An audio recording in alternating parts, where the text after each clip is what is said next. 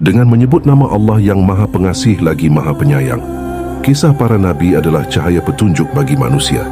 Di antara nabi yang dimuliakan Allah adalah Nabi Idris alaihissalam, seorang hamba yang dikenal dengan kejujuran, kesabaran, dan kedudukannya yang tinggi di sisi Allah.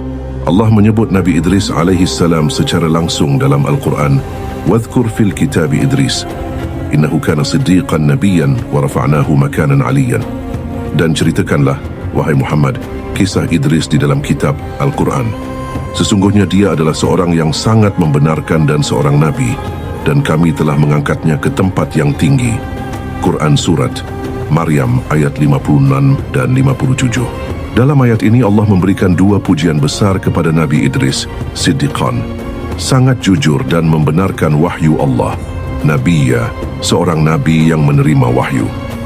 Allah juga menyatakan bahwa Nabi Idris diangkat ke tempat yang tinggi, sebuah kemuliaan yang tidak disebutkan secara rinci bentuk dan hakikatnya, sehingga para ulama menafsirkannya dengan hati-hati. Selain itu, Allah menyebutnya bersama nabi-nabi yang sabar dan saleh, wa Ismail wa Idris, wa dzal kifli kullun minas sabirin. Dan ingatlah kisah Ismail, Idris, dan Zulkifli. Semuanya termasuk orang-orang yang sabar. Quran Surat Al-Anbiya ayat 85. Menurut mayoritas ulama sejarah Islam, nama beliau adalah Idris bin Yarid, bin Mahlail, bin Qinan, bin Anusi, bin Syits, bin Adam alaihissalam. Dengan nasab ini, Nabi Idris adalah keturunan Nabi Adam dan termasuk generasi awal manusia. Banyak ulama berpendapat beliau hidup sebelum Nabi Nuh alaihissalam.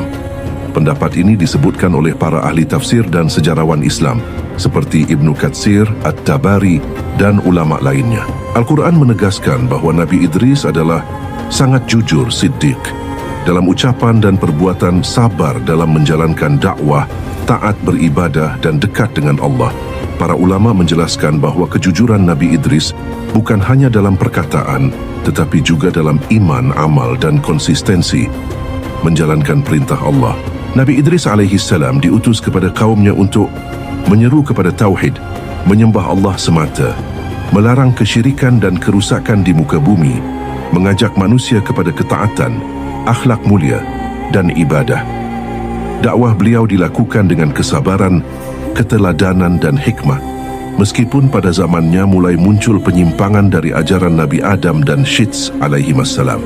Dalam hadis sahih tentang Isra Mi'raj, Rasulullah SAW bersabda bahwa beliau bertemu Nabi Idris alaihissalam di langit keempat. Ini diriwayatkan dalam hadis sahih oleh Imam Bukhari dan Muslim